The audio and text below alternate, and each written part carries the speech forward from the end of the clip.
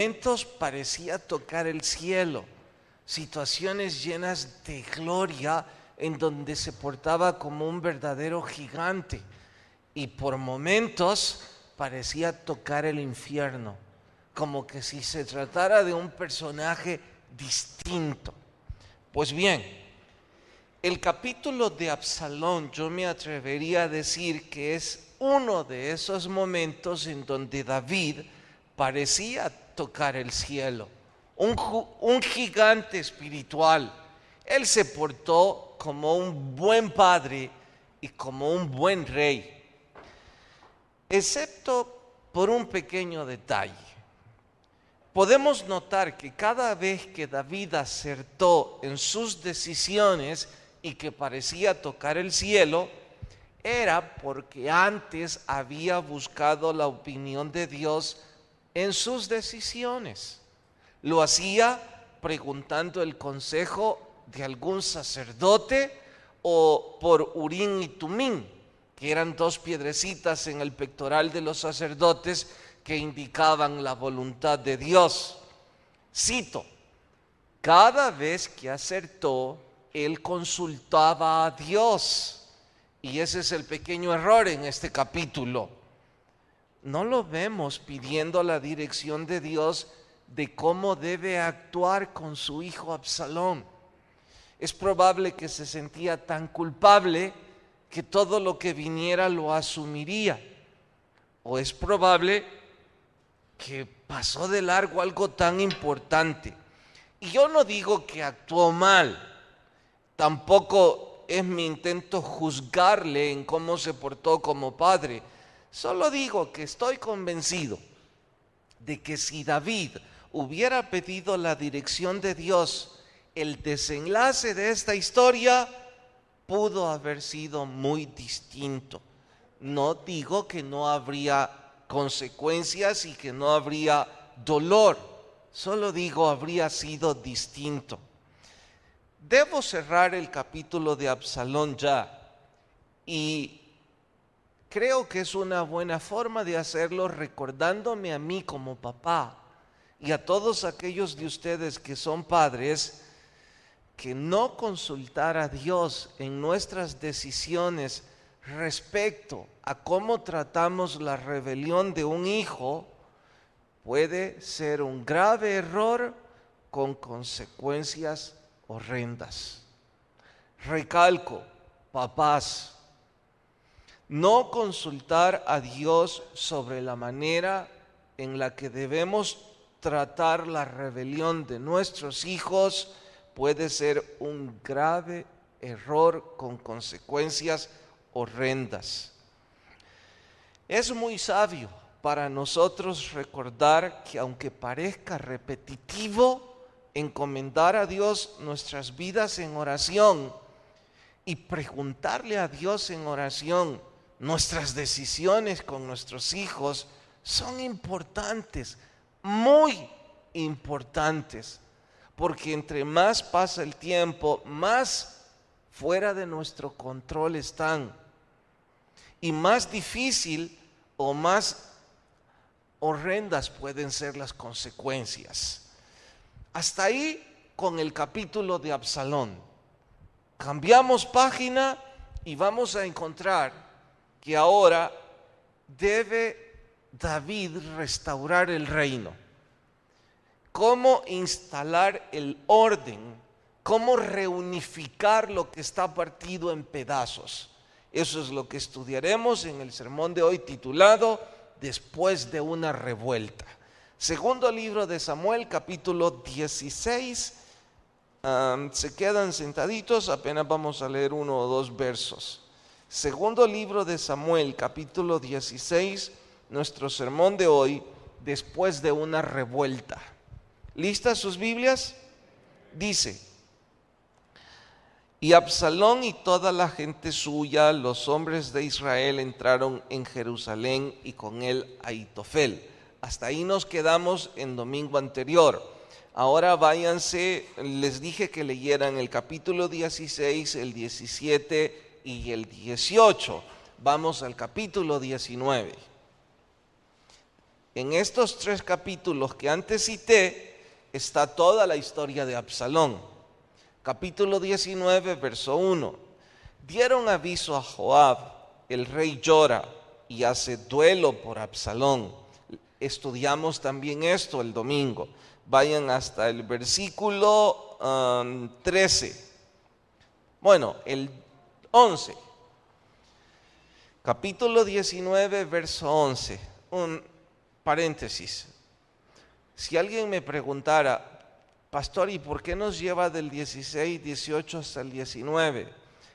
Mi esperanza es que en casa hayan leído verso a verso como les pedí debían hacerlo. Si no lo hicieron, oro a Dios que ir desde el capítulo 16 hasta el 19 les empuje a que deben hacerlo. Vamos al verso 11.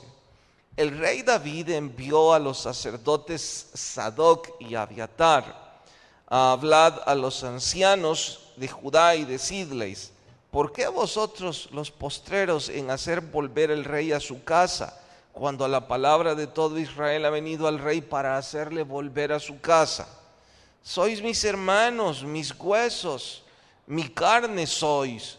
¿Por qué sois vosotros o seréis vosotros los últimos en hacer volver al rey?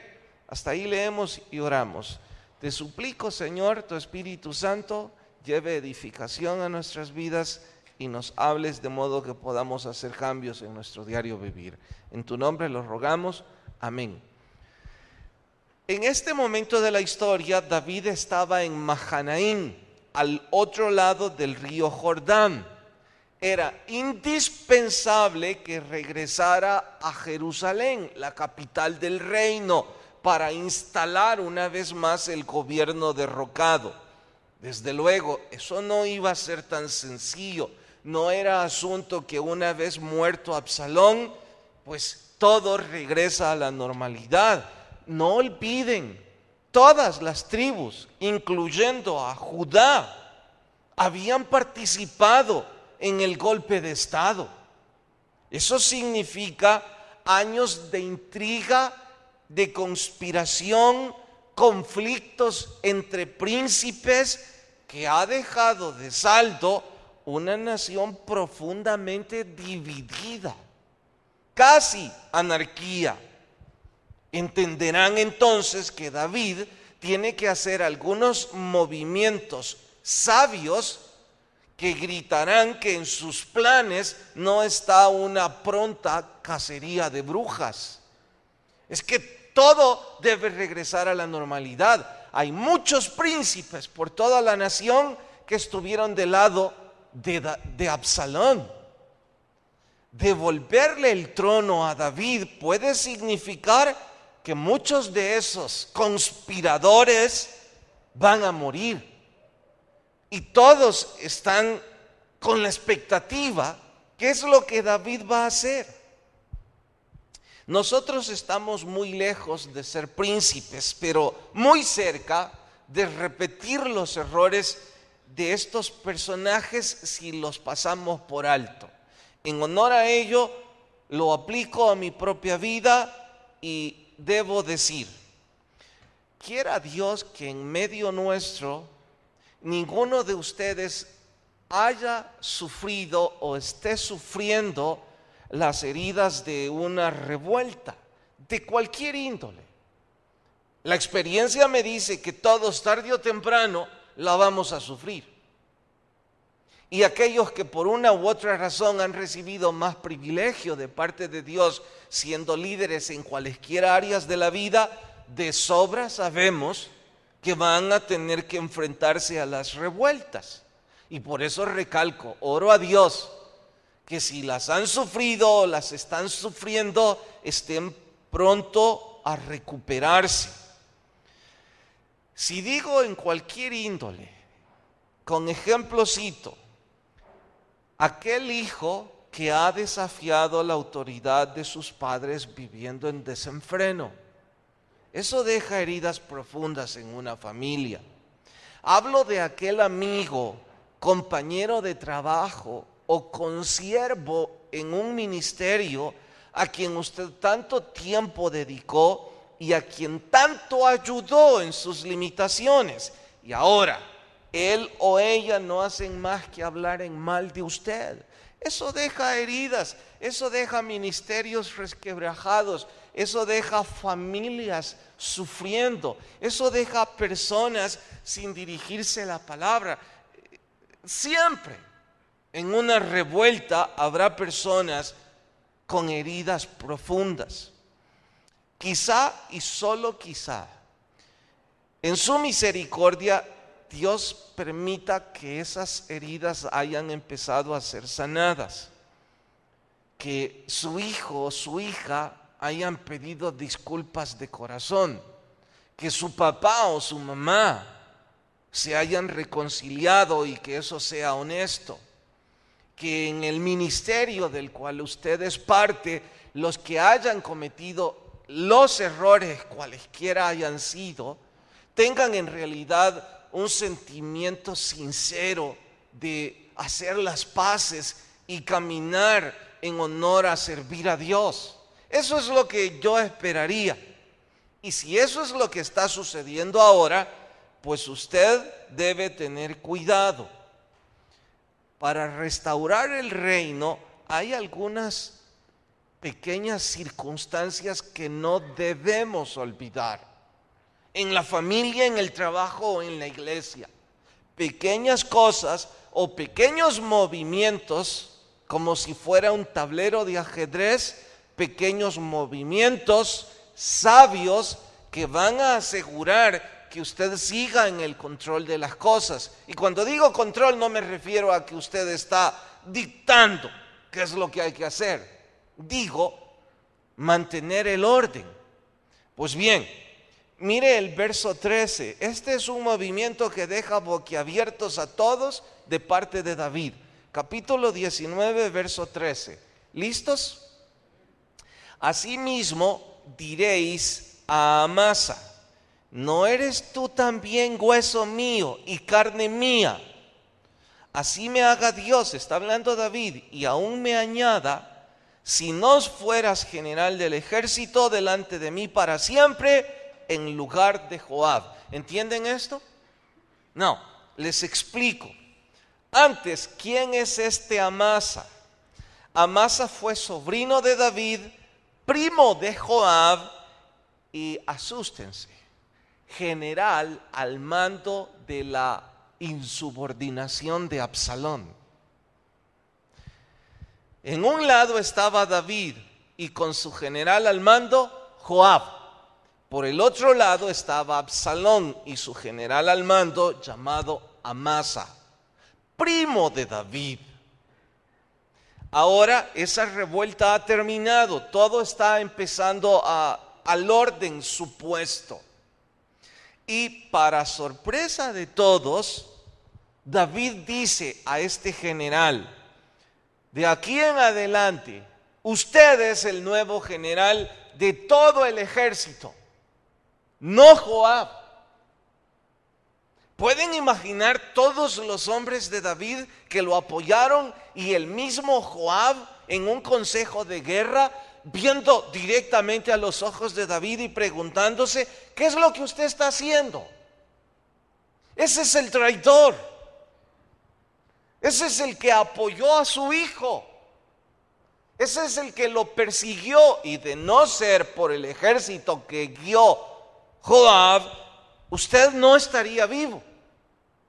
Y ahora, enfrente de todos, usted mueve una pieza importante como Joab, lo destituye del cargo y pone allí al general Amasa.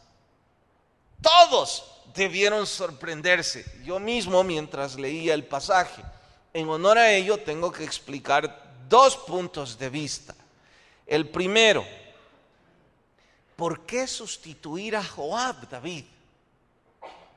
Antes de que me expliques por qué decides poner a Amasa, porque lo de Amasa lo entiendo, pero como que me pareció extraño que de pronto destituyes a tu amigo de toda una vida.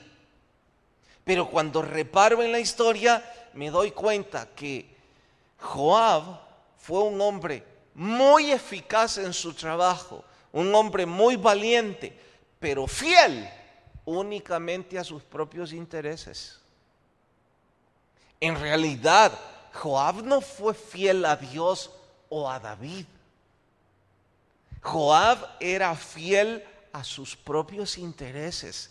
Este era uno de esos tantos en la vida que el propósito de ellos es vivir para sí mismos. Y si en ese propósito ayudo a algunos, en buena hora. Pero si en ese propósito me los llevo de encuentro, me importa poco. Prueba de ello es que Joab cometió asesinatos terribles. ¿Recuerdan quién mató al general del ejército de Saúl sin permiso de David? Fue Joab. Él fue el que mató a Abner. Eso fue en el primer libro de Samuel. Y otros asesinatos como ese, que aunque son graves, mejor voy al peor de todos. En la historia del domingo, ¿recuerdan cuál fue la orden del comandante general al ejército de David? No toquen a mi hijo. No toquen a mi hijo.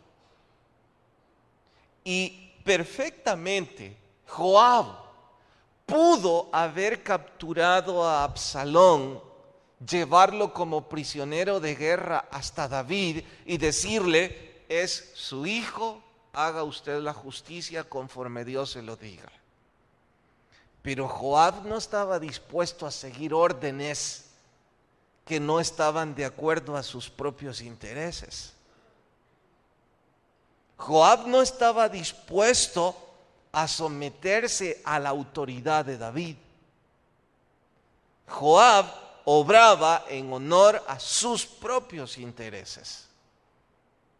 Por eso es que ahora David, en este nuevo gobierno, aprovecha la coyuntura y dice: usted va a ser removido de su cargo.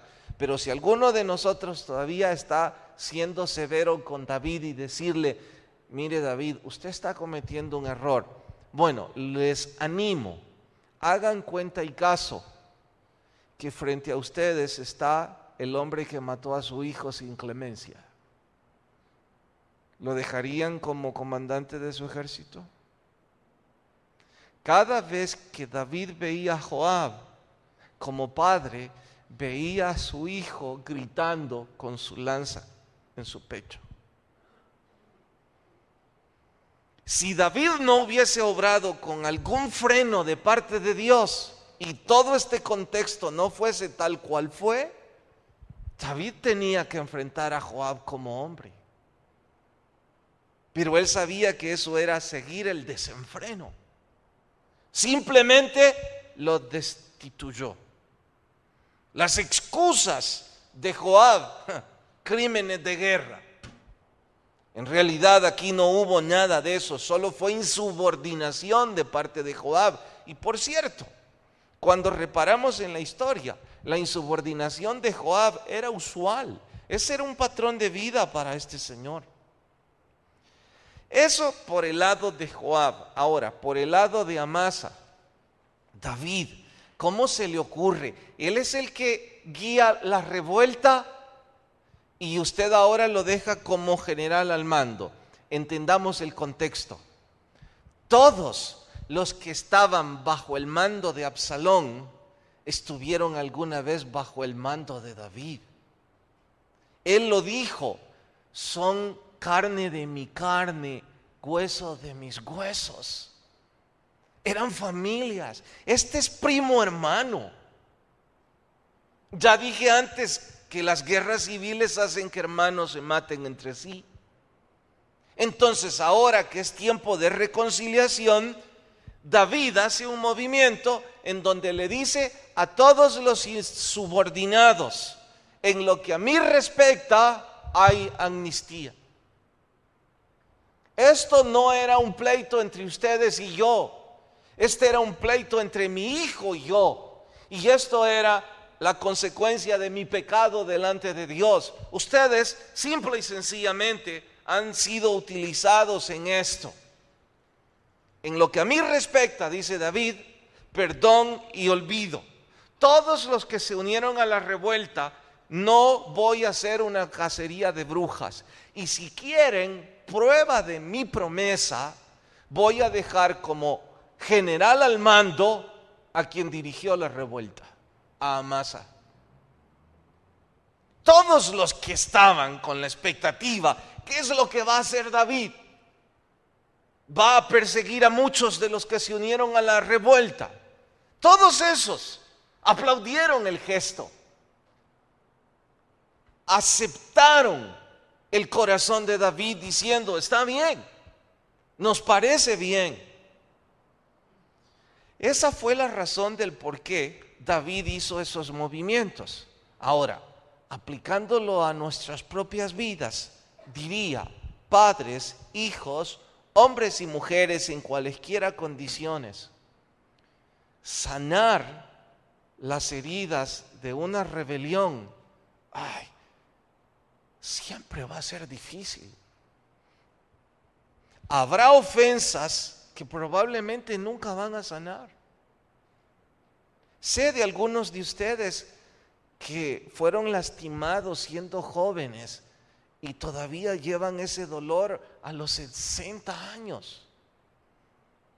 Aún guardan resentimiento contra sus padres o contra sus hijos.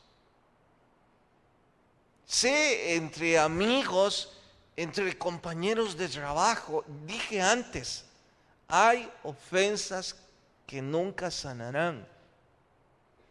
David no podía sanar del dolor de su hijo muerto. David no podía dejar de pensar que si Amasa no hubiera apoyado a Absalón, la historia habría sido distinta. David no podía olvidar cada vez que veía el rostro a Joab que él había enclavado a su hijo. Eso no se puede olvidar. Pero aún con todo y ello, si usted quiere restaurar el reino, la filosofía del perdón y olvido es indispensable. No va a poder si no toma la decisión de perdonar y olvidar el asunto. Sé que algunos me dirán, mire, no es tan sencillo, yo no puedo olvidar eso. Sí, pero si no se propone al menos a dispensar eso, usted no va a poder reinstaurar el reino. Y cuando digo el reino me refiero al ministerio, me refiero a su trabajo, me refiero a su familia. No va a poder. Tiene que tomar la decisión. Y agregaría, el tiempo y la cercanía a Dios siempre van a ser aliados fantásticos. Aliados con los que no podemos ir sin ellos a reinstalar el reino. De ahí que me diga a mí mismo y les digo a todos, en cualesquiera circunstancias, haga movimientos que muestren que usted no está buscando quien se la pague. Porque cada vez que ha existido una rebelión, hay un sentimiento de desquitarse a quien le ofendieron. Y está buscando en cualesquiera circunstancias quién va a pagar los platos rotos. Sin usted esperarlo o saberlo, de pronto el Señor permite circunstancias que el que estaba hundido como David, de pronto el Señor lo regresa a su posición y algunas cosas empiezan a salir a la luz, empiezan a aclararse y usted empieza a quedar en mejor posición si es su trabajo. Estuvo a punto de perderlo porque decían que usted era el que estaba involucrado en administración fraudulenta y que se estaba perdiendo dinero, pero de pronto Dios obra un milagro, algo sucede y todo se aclara. Resulta que es su jefe quien ha estado robando dinero, pero fueron varios los que lo quisieron a usted fuera de ese negocio o fuera de ese trabajo. Pero ahora los dueños lo han colocado a usted en ese lugar. Le han dado un espaldarazo diciendo: discúlpenos en frente de todos, usted tenía la razón. Cuidado. Y ahora usted dice: ahora sabrán quién es el que tiene el control. La invitación bíblica es: haga un movimiento en donde muestre a todos que usted no está buscando quién se la pague.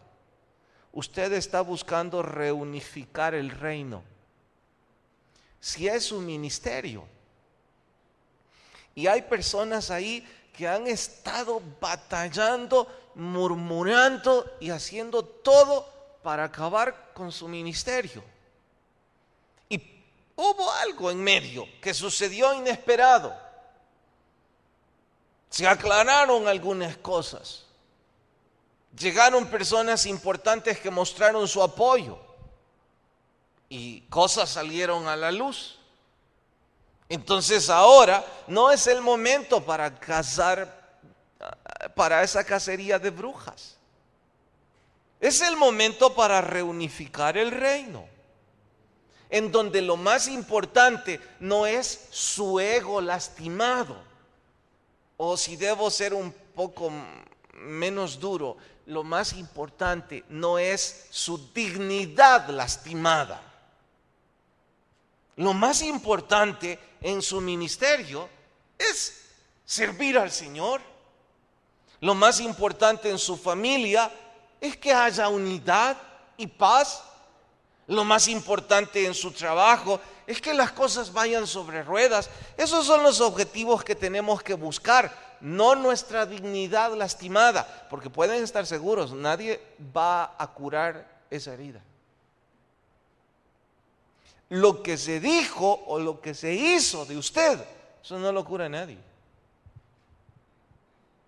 ¿Tuvo usted culpa o no la tuvo? Eso no hay retroceso. Eso va a quedar ahí.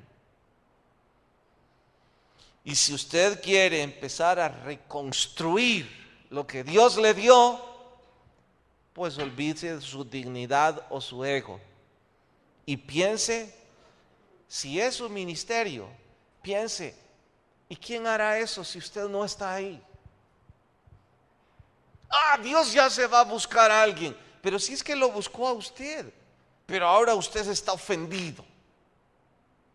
Y como está ofendido, si se trata de un equipo deportivo, pues entonces usted ya no va a tomar las riendas. Y los hombres que podían salvarse ahí, que se vayan al infierno. ¿Por qué? Porque me ofendieron. El diablo consiguió lo que buscaba. Que esas almas se vayan al infierno, que su vida ya no sea en servicio a Dios, que los que murmuran y critiquen lleguen como que son avispas a un panal. ¿Por qué? Porque su ego está lastimado. Usted está ofendido, ya no le importa el ministerio, le importa usted. Lo mismo si es la familia, el trabajo o lo que fuera.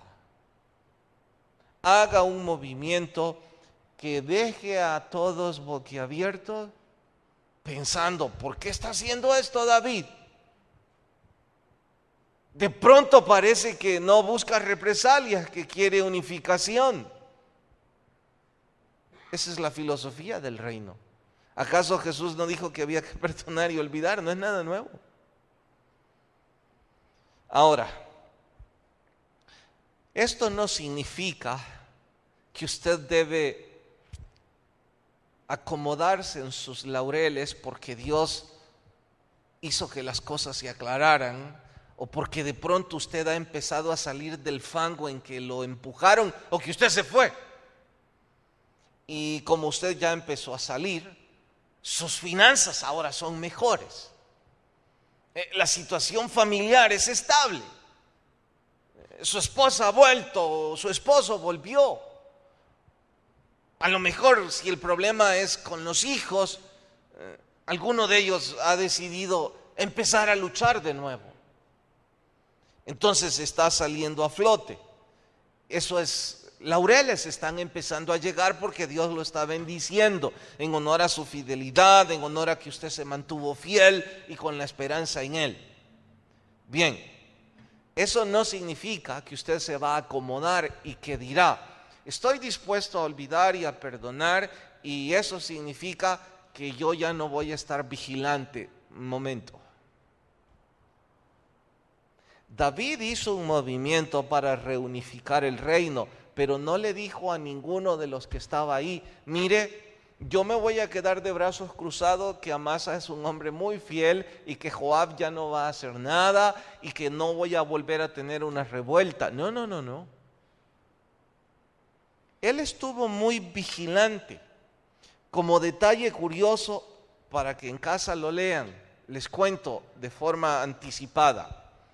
¿Recuerdan aquel personaje que llegó a tirar piedras a David mientras huía David? Este mismo personaje, ahora que David tiene el trono y que todos los príncipes, agradecidos por el gesto, le devuelven el reino, este está temblando. Este dice, oh, ahora es mi turno. Y no es para poco, lo insultó, le tiró piedras. Merece que lo ejecuten. Para sorpresa de todos, y una vez más Abisai en medio del problema, porque sale a recibirlo cuando regresa al reino, cuando va hacia la capital, a pedir disculpas. ¿Y cómo no lo iba a hacer si es de nuevo el rey? Entonces Abisai le dice a David, vaya, ahora sí me va a dejar ponerlo en su sitio. Y para sorpresa de todos, David dice, no, ¿qué tengo con ustedes, hijos de Sarbia? Dice David. Sus consejos son pura violencia. Este es un día de gratitud a Dios, no un día de represalias. Déjelo. A lo mejor Dios le dijo que me insultara y ahora él viene arrepentido. Y sé que Abisai ha de haber dicho para adentro, está loco David. ¿Cómo va a creer que está arrepentido?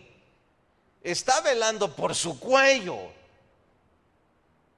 David es casi un tonto. No.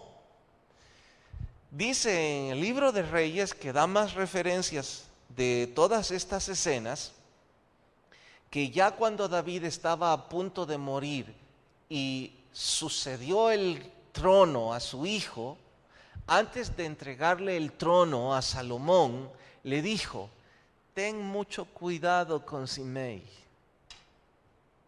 No quites sus ojos de él, debes estar vigilante. No es un hombre sincero. Y no solo él, le mencionó otros 2 o 3 diciéndole, yo tengo asuntos pendientes con esos. Mire, les estaba diciendo a su hijo, esto es algo así como consejos de un rey a un nuevo rey. Usted no debe estar descuidado con fulano, sutano y mengano. Usted debe estar vigilante, porque los que aprendieron a traicionar una vez, los que aprendieron a conspirar una vez, los que aprendieron a murmurar una vez, los que aprendieron a dividir una vez, pueden estar dispuestos a hacerlo una segunda y una tercera vez. Y usted debe estar muy vigilante de ellos. Que usted los va a perdonar, que va a hacer un movimiento en favor, eso no significa, Amasa, ahora somos uña y carne y voy a entregarle mi espalda, cuídemela. No, no dijo eso. Y usted, Simei, venga a sentarse conmigo a la mesa, a lo mejor tiene algunas piedras aquí cerca. No, David dijo, yo no voy a tomar represalias en esto, pero no voy a quitar mi vista de ustedes y me voy a descuidar. Dijo el famoso general que todo buen ejército está más vigilante después de la victoria que antes de esta. porque siempre habrá personas como Joab y como Simei. Por cierto, también aventajándome a la historia, ¿saben que Joab apoya una segunda revuelta con el cuarto de los hijos de David? ¿Recuerdan ese pasaje que como ansias para estudiarlo, pero es libro de Reyes, no sé si lo voy a involucrar? ¿Recuerdan cuando el profeta Natán llegó a David y le dijo: tú eres el hombre que ha pecado por esa corderita? Entonces David dijo que el que había hecho ese pecado era digno de muerte y que debía pagar con 4 tantos la muerte de Urías. ¿Sí recuerdan eso? Se dieron cuenta que ya van 3 hijos muertos. El hijo de Betsabé, el primero, Amnón, Absalón, falta Adonías. Ay, yo sé que usted me va a decir, ¿le faltan a este problemas?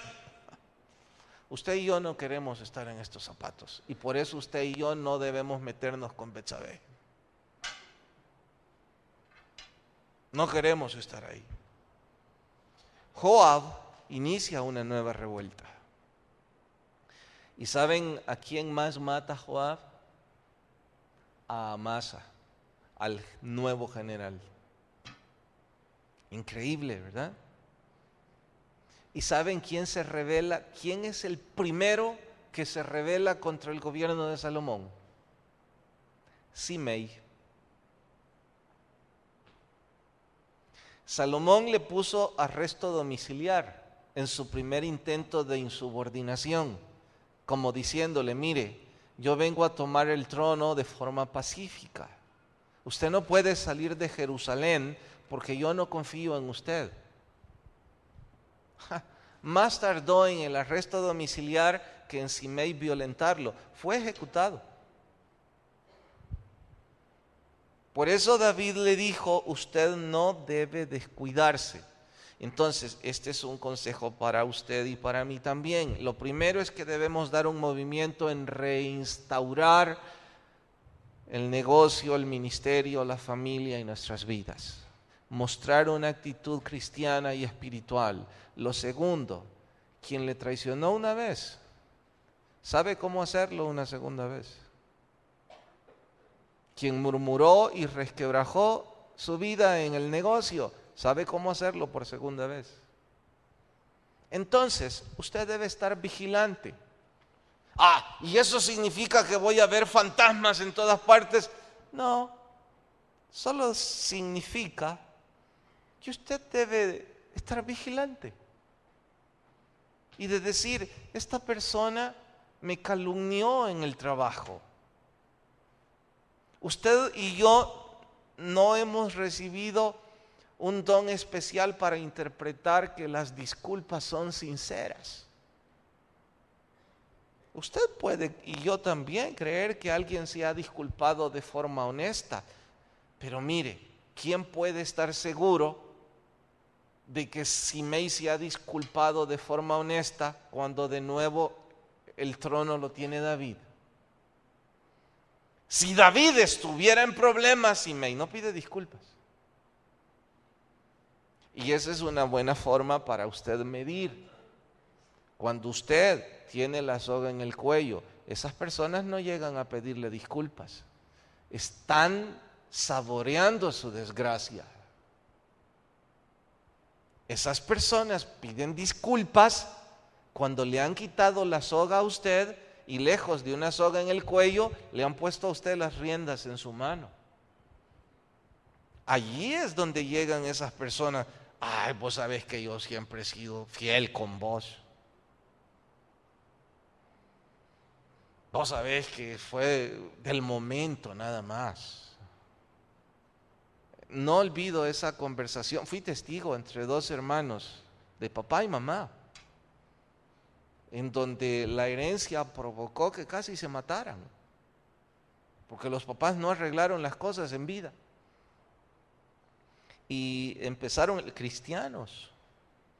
Y como ambos sabían que los papás eran amigos de este servidor, bueno, uno de los papás. Entonces uno de ellos sabiamente me pidió ayuda. Pastor, ¿no podría estar ahí como una especie de consejero en nuestra discusión? Yo con mucho temor, porque sé que era dinero, pero al fin, y como los dos cristianos oramos, no están más aquí, por eso lo digo con libertad. Uno de ellos le dijo: mira, vos sabés que yo siempre he sido como un pastor alemán, le dijo. Y me llamó la atención. Y yo pensé, está a punto de ofenderlo. Yo ya me agarraba de la silla, porque después se van a dar estos aquí, dije. Yo siempre he sido fiel con vos, mi hermanito, le dijo. Ah, por eso le está diciendo. Asumí yo, es una metáfora, que el perro pastor alemán es muy fiel a sus dueños. Entonces, fue por el problema, mi necesidad, vos sabés que yo te quiero mucho. Pero el hermano ya había ganado el litigio, por eso lo quería mucho. Porque el juzgado ya había dicho que él tenía X, Y, Z cosa. Y el que pidió ayuda es el que ganó. Porque me dijo, yo no necesito esto, yo lo que necesito es recuperar a mi hermanito. Yo lo que necesito es recuperar mi familia, es lo único que tengo. Entonces le pidió perdón y todo, oramos, lloraron, se fueron. El mayor regresó, vino de donde ahora vive fuera del país, y en una de esas conversaciones: ¿sabe, pastor, que me ha vuelto a hacer la misma?, me dijo. Y yo le dije: ¿y hoy con qué? Ay, ¿para qué dar detalles? ¿Y usted estaba listo? Esta vez estaba listo. Y dijo con actitud cristiana: no me importa, lo amo y lo voy a cuidar, es mi sangre. Pero qué bueno que estaba listo, me dijo. Entonces, el segundo consejo de parte de esta historia: usted debe estar listo. Porque esa persona, si usted es un líder ministerial, esa persona que ha hablado y ha dicho, si ahora le quitaron a usted el lazo, no va a decir nada. Pero si a usted le llegan a poner algún lazo, usted debe recordar eso. Pastor, parece que son dos consejos que se contraponen. En uno dice que hay que dar un movimiento de reconciliación, y el otro que no, un momento. En el segundo yo no dije que no hay que dar un gesto de reconciliación, dije que hay que ser vigilante. Eso dije. Finalmente, el verso 31, capítulo 19:31. También Barzilai Galadita descendió de Rogelín y pasó el Jordán con el rey para acompañarle. Este era muy anciano, 80 años, y había dado provisiones al rey cuando estaba en Mahanaim, porque era hombre muy rico. Y el rey dijo a Barzilai: pasa conmigo y yo te sustentaré. No leo más, aunque me anima, pero ya no tengo tiempo. Les cuento. Cuando David huyó, mientras estaba en el exilio, Barzilai le dio dinero para subsistir a él y a su gente. ¿Por qué hizo Barzilai eso? Eran amigos y lo respetaba como el rey. Y le dijo: usted no tiene de qué preocuparse. Las cosas ahora han cambiado. David es el que tiene dinero y regresa al trono. Entonces, antes de llegar al trono, pasa por Galaad y le dice a Barzilai: por favor, usted se viene conmigo para la capital del reino, porque de aquí en adelante el que lo va a sustentar hasta que muera soy yo. Déjeme recompensarle lo que usted hizo por mí. Usted lo hizo sin saber si yo iba a volver al trono o no. Quiero mostrarle gratitud. Barzilai responde: no, yo soy un hombre de 80 años. ¿Yo para qué quiero la vida versátil y lujosa del palacio? yo quiero morir en mi tierra. Y yo no sé si ustedes tienen familiares ancianos, pero parece que todos se aferran a su terruño. Y ese es otro caso aquí. Y le dice, pero llévese a mi hijo. Este siempre anda queriendo conocer la ciudad, lléveselo a él. ¿Por qué quise terminar este estudio mencionando a Barzilai? Es que esto me hizo pensar en mi rey. Yo no debo servir a mi rey por la conveniencia de lo que él me va a dar. Y no puedo hacer nada por él. Al menos Barzilai hizo algo por David. Pero ¿yo qué puedo hacer por mi Dios? ¿Qué necesita mi Dios? ¿Qué puedo hacer por mi Señor? No puedo hacer nada. Sin embargo, en esa filosofía de evangelio tan hermosa, él dice que cualquier cosa, pero cualquier cosa que yo haga por los débiles, es como que lo hice por él. Y dice que me va a pagar todas las que yo hice por ellos. Y no debo servirle porque él me recompense. Debo servirle porque le amo y porque es mi Dios.